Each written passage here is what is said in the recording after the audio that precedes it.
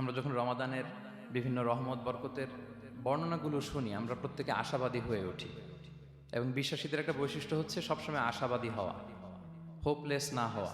আল্লাহ তাআলা সূরা ইউসুফে বলছেন, লা তাইয়াসু মির রাহিল্লাহ ইন্নাহু লা ইয়াইয়াসু মির রাহিল্লাহি ইল্লাল কওমুল কাফিরুন।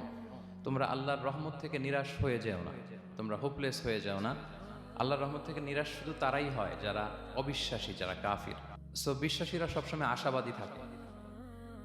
তো এই রমাদানুল মুবারক এটা আমাদেরকে সবসময় আশাবাদী করে, আমাদেরকে আমাদেরকে স্বপ্ন দেখায়, আমাদের হৃদয়ে আশা জাগায়। আমরা যখন রমাদান কেন্দ্রিক কথাগুলো শুনি, আমরা উচ্ছ্বসিত হয়ে উঠি।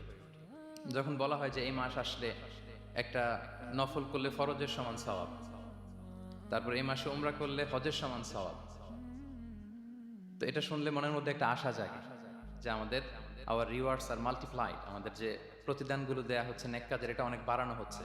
তারপর যখন বলা হয় যে এই মাস আসলে জান্নাত খোলা হয়, জাহান্নাম বন্ধ করা হয়, শয়তানকে শেকলবন্দি করা হয়, মনের মধ্যে একটা আশা জাগে আমাদের যে না, বাঁচার একটা আশা ফিরে পেলাম, হয়তো এই দফায় আমি বেঁচে যাব, আমার